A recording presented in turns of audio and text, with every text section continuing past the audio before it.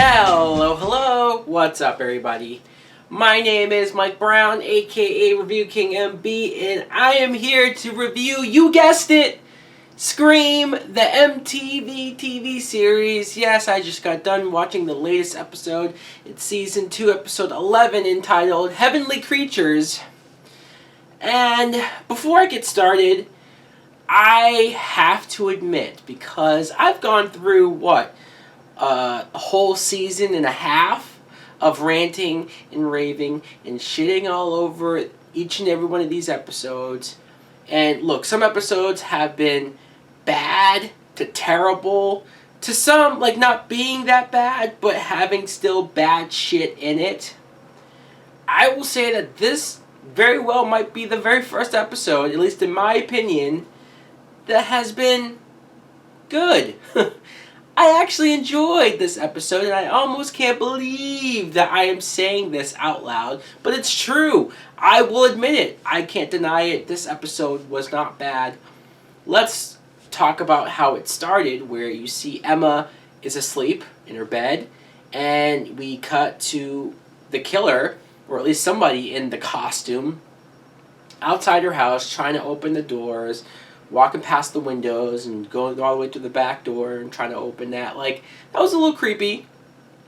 He finally gets in and he's walking through the house and he makes it up to her room, and him looking at her stuff, finding her dream journal and just looking through her stuff, and then her waking up with him like behind her, and she's kind of like, what do I do? What do I do? And then she turns around and he's not there. And then honestly, I was sitting there going, I wonder if this is in her head. I wonder if this is just her imagining things, or if this is going to prove my theory that she's a little crazy and that none of this is really happening. Of course, the cops show up and everything, and they're investigating. They don't really know what to tell her. Kieran is about to leave his house to go check on her. And look who's just sitting there in the middle of the night, awake, like staring at him. His fucking cousin, Eli, aka Weirdo number 75. And Karen's like, dude, why are you awake? And he's like, oh, I don't know, I'm just awake, whatever the fuck he says. Like, if it's not 110% obvious that this fucker is the killer, or at least involved some way, somehow, I don't know who is. So he goes there and trying to calm her down. The sheriff is pretty incompetent, I'm sorry, but he's like the worst sheriff ever. Like there's no progression as far as him and what he's trying to investigate and figure out. Like, he has no leads. It's terrible. Noah, we see Noah at the hospital. All of his friends go to see him, and he's pretty screwed up over the death of Zoe and everything. Understandable. And he wants nothing to do with any of this. All of that investigation that he was doing. Mind you, speaking of investigation, these kids, Noah, was further along this investigation than the sheriff was. Thus proving my point that this sheriff is incompetent. But I did not want to complain about anything, because like I said, this episode was actually decent. So Noah, he tells his friends to just get rid of all of his evidence. Get rid of all of his the pictures, the photos, the newspapers, just everything he wants gone. So they do that. Audrey, Emma, and Kieran, it's pretty much their episode where they're investigating, because as they're cleaning up his room, well, they see one of the pictures, photographs of Eli, Weirdo 75. He was at the funeral from like last year, well before he knew anybody, well before even Karen knew that he was in town.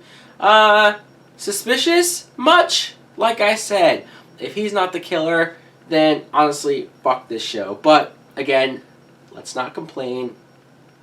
So they look at that. They're trying to figure out what this means. So it becomes like the Emma and Audrey show for a while, where they go to the house where the barn is, and they're investigating, looking at. So like, I like seeing that. I like seeing the two of them working together, being friends again, and just trying to figure this shit out on their own.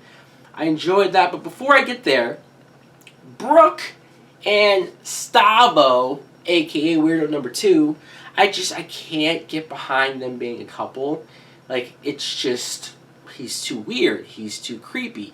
Even the moment when he texts Brooke about whatever, something, and then he shows her a picture that he's drawn of her and says, "Oh, I'm going to miss seeing this in the morning." And even she texts back, "Huh, creepy, but romantic." Romantic? Really?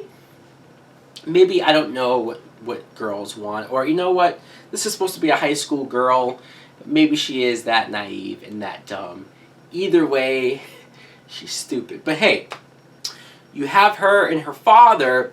Brooke's father, honestly, when I saw him like in this episode, and the scene where he's looking around, he hears loud music, and then freaking Eli is like in the hallway behind him. I honestly thought, wow, Brooke's father has been alive way too long. Like, he should have died a long time ago. And I instantly just wanted him to get killed off. Just because. Just because I just thought he was a wasted, really no need for type of character. But Eli leaves a note. First, he goes through his drawer and finds a bunch of files, takes them, and then leaves a message basically saying, "You're so screwed." And then he's texting him and telling him he's basically going to blackmail him, which I'm pretty sure every other high school dude has blackmailed this fucking guy, this idiot. So he lures him to the barn, the same barn that Emma and Audrey are around, and he gets killed. The father gets killed by the killer, so this is way too much of a coincidence. That Eli, I mean, this is the show revealing to us that Eli's the killer, right?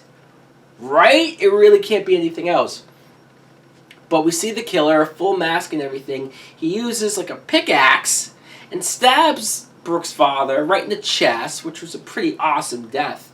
I will admit that. Pretty awesome murder. Especially because when Emma and Audrey find him, he's still alive, like struggling to get it off, and blood's coming everywhere, and then he finally dies. So, and also, the last time I think I've seen a pickaxe used to kill somebody in any type of a horror thing, it might have been one of the Friday the 13th movies. I don't know. Or Texas Chainsaw Massacre.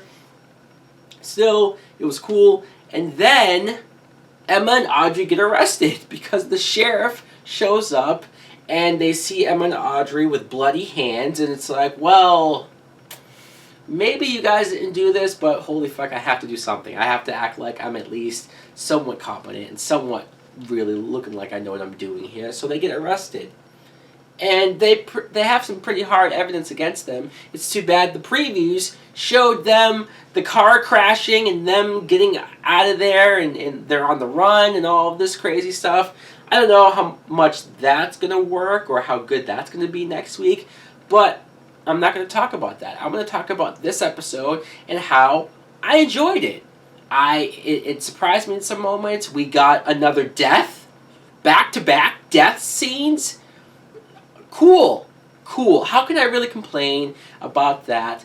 Can this show keep this up? Last week's episode was decent. This week's episode was better. Can next week's episode be good? I doubt it, but hey, let's be optimistic for once. Anyways, guys, let me know in the comments below, what did you think of this episode? Did you like it, or do you think I'm being too nice? Did you think it sucked? Thanks for watching. Like, comment, subscribe.